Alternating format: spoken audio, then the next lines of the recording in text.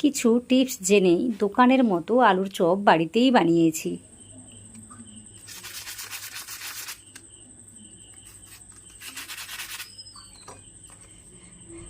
চপগুলো বাইরে থেকে ভীষণই মুচমুচে আর ভেতরে আলুর পুরে ভরা এবং ফাঁপা। আমরা দোকান থেকে যখন চপটা কিনে আনি তখন কিন্তু এভাবেই দেখতে পাই। তো চেষ্টা করেছি সেইভাবে বানানোর, আশা করি আপনাদের ভালো লাগবে বা আপনাদের সহজ মনে হবে। তো যদি ভালো লাগে তাহলে আমার ভিডিওতে কিন্তু লাইক দিতে ভুলবেন না। নতুন কেউ হয়ে থাকলে অবশ্যই আমার চ্যানেলটিকে সাবস্ক্রাইব করে নেবেন, এইভাবে আমার পাশে থাকবেন। তার আগে নমস্কার, কেমন আছেন সবাই? আশা করি ভালো আছেন।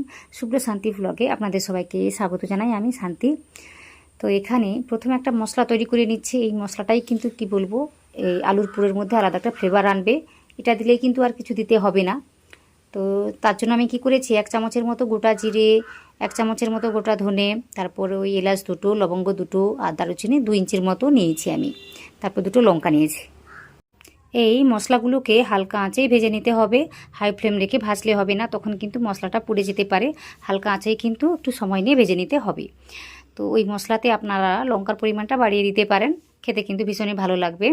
তো আমি অল্প করেই লঙ্কাটা দিয়েছি। তারপর এই মশলাটাকে একটু ঠান্ডা করে নিচ্ছি।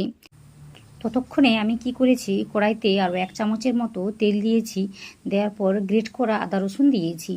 এগুলোকে একটু ভেজে নিচ্ছি। ভেজে নেওয়ার পর আমি একটা বড় মাপের পেঁয়াজ নিয়েছিলাম, ওটাকে কুচিয়ে নিয়েছি, ওটাকেও আমি দিয়ে দিচ্ছি ভেজে নেওয়ার জন্য। তো এই কাজটা এইভাবেই করে নিতে হবে, একটু ভালো করে ভেজে নিতে হবে। তাহলে কিন্তু এই মশলাগুলো থেকে আলাদা একটা ফ্লেভার বেরিয়ে আসবে, তখন এই আলুর পুরটাকে কিন্তু অন্যরকমভাবে তৈরি করে দেবে। তাছাড়া আমি যে ভাজা মশলাটা করে রেখেছি, ওই মশলাটা দিলেই কিন্তু আর কিছু লাগবে না। তো দেখুন, এখানে আমি 2টো মাঝারি মাপের আলুকে সেদ্ধ করে রেখেছিলাম। তো এখন কিন্তু অনেকটাই গরম রয়েছে, এই গরম অবস্থাতেই কাজটা কিন্তু করে নিতে হয়। এটা ঠান্ডা হয়ে গেলে আমি দেখেছি আলুটা ভীষণই নরম হয়ে যায়।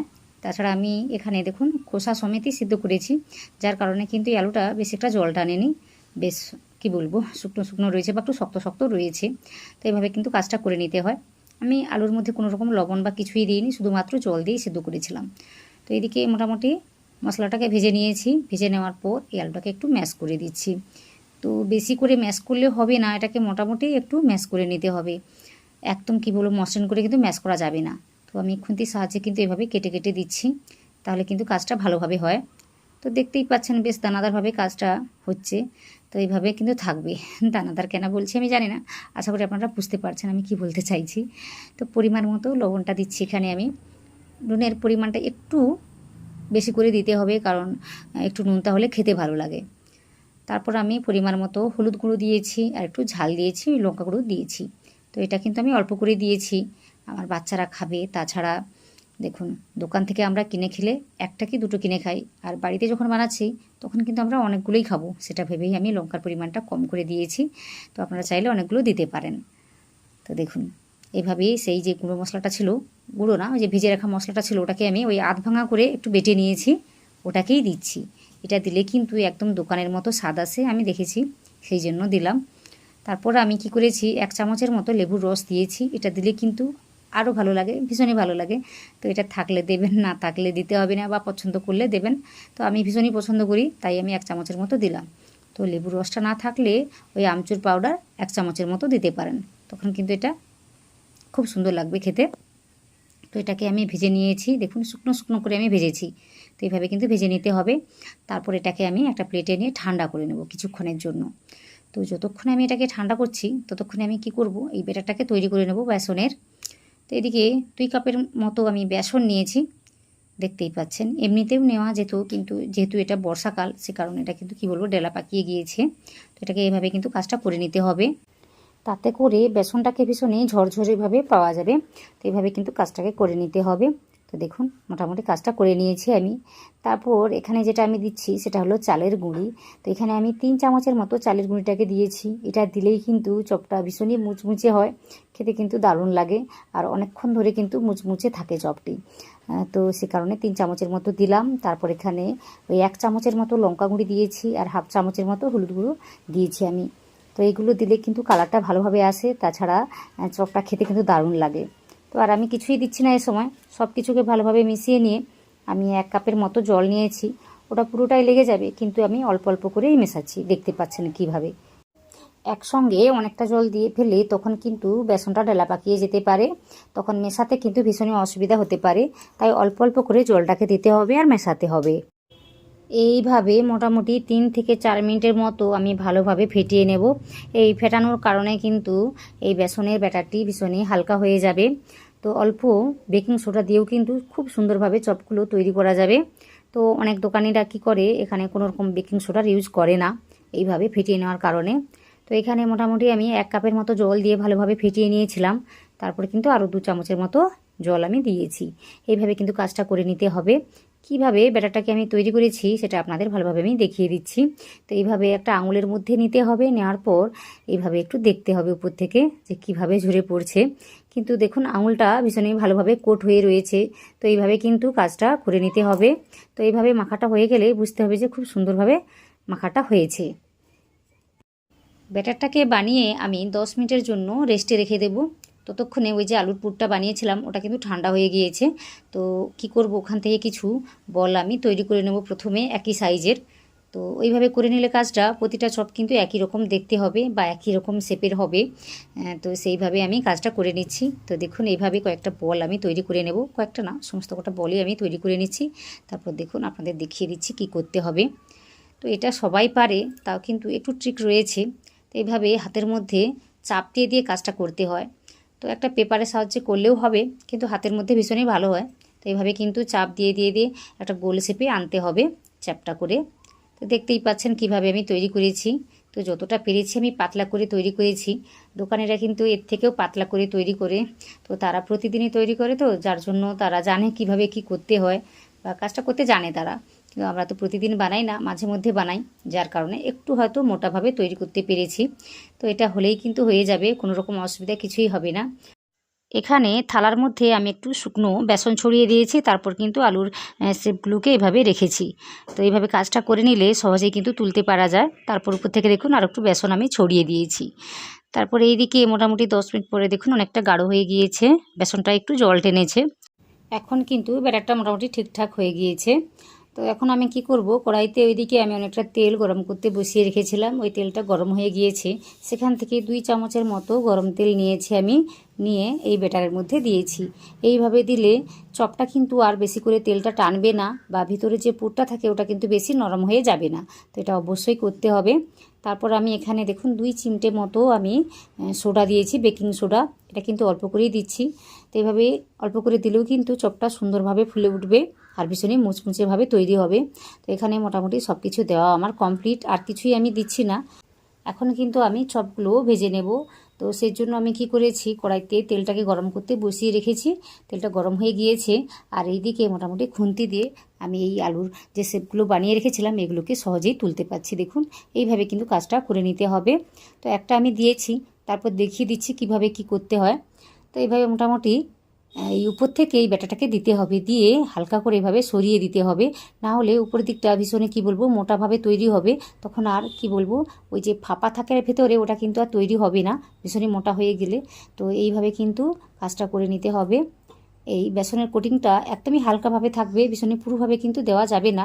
আবার ভীষণ হালকা করে দিলেও কিন্তু কি বলবো ওটা ফেটে যেতে পারে, আলুটা বেরিয়ে যেতে পারে। তো সব কিছু কিন্তু মাথায় রাখতে হবে। এইদিকে চপটাকে দিতে গিয়ে আমি কড়াইয়ের ধারে দিয়ে ফেলেছি, যার কারণে একটু অসুবিধা হচ্ছিল। তাছাড়া তেলটা সেভাবে এখনও গরম হয়নি। তো তাও আমি চপগুলো ভেজে দেখাচ্ছি। আর তেলটা যখন গরম হয়ে যাবে তখন কিভাবে তৈরি হয় সেটাও আপনাদের দেখাবো। তো এখন আপনাদের দেখিয়ে দিচ্ছি। দেখুন তেলটা কিন্তু কি বলবো মাঝারি গরম হয়েছে, সেভাবে কিন্তু গরম হয়নি। চপগুলো দেওয়ার সাথে সাথেই কিন্তু চপগুলো আপনা আপনি ভেসে যাবে, ছেড়ে উঠবে কড়াই থেকে। তো সেভাবে কিন্তু হচ্ছে না, তাও কিন্তু চপগুলো ফুলে ফেপে উঠছে বেশ। তো আর এই যে বেসনের কোটিংটা হবে এটা কিন্তু ভীষণই পাতলা হবে, ভীষণই মোটা করে দেওয়া যাবে না, তাতে কিন্তু চপগুলো উপর থেকে একটু অন্যরকমভাবে ফুলে ফেপে উঠবে বা ফেটে যেতে পারে, ওইগুলো কিন্তু মাথায় রাখতে হবে। তো এখানে দেখুন এই চপগুলো একটু লেগে আছে নিচে, দেখতেই পাচ্ছেন। তো এখনও কিন্তু ভালোভাবে তেলটা গরম হয়নি। তো তেলটা যখন ভালোভাবে গরম হয়ে যাবে তখন কীভাবে ভাজা হয় সেটাও আপনাদের দেখিয়ে দেবো। খুব সুন্দরভাবে কিন্তু চপগুলো তখন ভাজা যায়। তো এইভাবে মোটামুটি উল্টে পাল্টে ভেজে নিতে হবে। তো এক এক সাইড মোটামুটি 1 মিনিটের মতো সময় লেগে যায়। তো এই সময়টা কিন্তু দিতে হবে। তো এইগুলোকে দেওয়ার পর কিন্তু ফ্লেমটাকে মিডিয়াম করে দিতে হয়, তখন কিন্তু ভালোভাবে ভেতর থেকেও ভাজা হয়। তো দেখুন চপগুলো একটুও কিন্তু তেল টানেনি, আপনারা দেখতে পাচ্ছেন কিন্তু খুব সুন্দরভাবে ফুলে ফেপে উঠেছে। তো তেলটা এখন কিন্তু ভীষণই ভালোভাবে গরম হয়ে গিয়েছে। তো এই চপগুলো দেওয়ার সঙ্গে সঙ্গেই কিন্তু চপগুলো ভেসে উঠবে কড়াই থেকে আপনা আপনি। তো দেখতে পাবেন, দেখুন দেওয়ার সাথে সাথে কিন্তু চপটা ভেসে উঠেছে। দেখুন একটু কিন্তু লেগে নেই, কিছুই না, খুব সুন্দরভাবে ভাজা হচ্ছে। তো এইভাবে কিন্তু তৈরি করে নিতে হবে। একদম কিন্তু হাই ফ্লেম রেখেছি এই মুহূর্তে আমি। এই চপগুলো দেওয়া হয়ে গেলেই কিন্তু আমি মিডিয়াম করে দেব। তো দেখতেই পাচ্ছেন প্রতিটা চপই কিন্তু আপনা আপনি ভেসে উঠছে কড়াই থেকে। দেখুন কত সুন্দরভাবে তৈরি হচ্ছে, আর কালারটা খুব সুন্দরভাবে কিন্তু তৈরি করে নেওয়া যায়। তো আপনারা আপনাদের মতো করে কালারটাকে এনে ভেজে নেবেন। তো এইভাবে মোটামুটি উল্টে পাল্টে আমি ভেজে নিচ্ছি। একটু কড়া করে ভাজতে হয়, তাহলে কিন্তু উপরের দিকটা ভীষণই মুচমুচেভাবে তৈরি হয়। তাছাড়া আমি এখানে চালের গুঁড়ি দিয়েছি, তো সে কারণে কিন্তু বেশ মুচমুচেভাবেই তৈরি হবে। তো এইভাবে কিন্তু কাজটা করে নিতে হয়। তো দেখতেই পাচ্ছেন কত সুন্দরভাবে ভাজা হচ্ছে। দোকানের মতো করে চপগুলোকে ভাজতে হলে কিন্তু একদম ডুবো তেলে ভাজতে হবে। অল্প করে তেল দিলে কিন্তু ভালোভাবে চপগুলো তৈরি করা যায় না। তো দেখতেই পাচ্ছেন এখানে চপগুলো কতটা সুন্দরভাবে ভাজা হয়েছে। তো এইগুলোকে ভেজে নেওয়ার পর কিন্তু তেলটাকে আবার আমি ভালোভাবে গরম করে নিয়েছি। তারপর কিন্তু এইভাবে চপগুলোকে দিচ্ছি ভেজে নেওয়ার জন্য। আর ব্যাটারটাকে সুন্দরভাবে তৈরি করে নেওয়ার জন্যই কিন্তু এক্সট্রা করে ঝুড়িগুলো আর বেরোচ্ছে না। আপনারা দেখতেই পাচ্ছেন খুব সুন্দরভাবে কিন্তু চপগুলো আমি ভেজে নিতে পারছি। তো তেলটাকে কিন্তু খুব ভালোভাবে গরম করে নিতে হবে। তারপর এইগুলোকে দিয়ে মিডিয়াম করে দিতে হবে। তো দেখবেন এতে করে খুব সুন্দর করে কিন্তু চপগুলো ভাজা হবে। আর একটু সময় নিয়ে ভেজে নিলে দেখতে পাবেন যে কালারটা খুব সুন্দরভাবে চলে আসবে। আর কি বলবো, বেশ মুচমুচেভাবে তৈরি হবে। তো দেখতেই পাচ্ছেন কতটা সুন্দরভাবে এই চপগুলো আমি তৈরি করে নিয়েছি। দোকানের মতো যদি বাড়িতেই এই আলুর চপ বানাতে হয়, তাহলে কিন্তু ওই ব্যাটারটাকে ভালোভাবে তৈরি করে নিতে হবে। আমি এখানে 2 কাপ বেসনের সঙ্গে কিন্তু 1 কাপ আর 2-3 চামচের মতো জলটাকে মিশিয়েছিলাম। এর বেশি কিন্তু আমি জলটা দিইনি। তো আপনারা কেমনভাবে বেসনটাকে নেবেন তার উপর নির্ভর করবে যে কতটা জল আপনার লাগবে। তো বাজারে কিন্তু 2 রকম বেসন পাওয়া যায়, একটা দানাদারভাবে পাওয়া যায় আর একটা ভীষণই মসৃণভাবে পাওয়া যায়। তো সেই অনুযায়ী কিন্তু জলটা লাগবে, সেটা আপনারা দেখে নেবেন।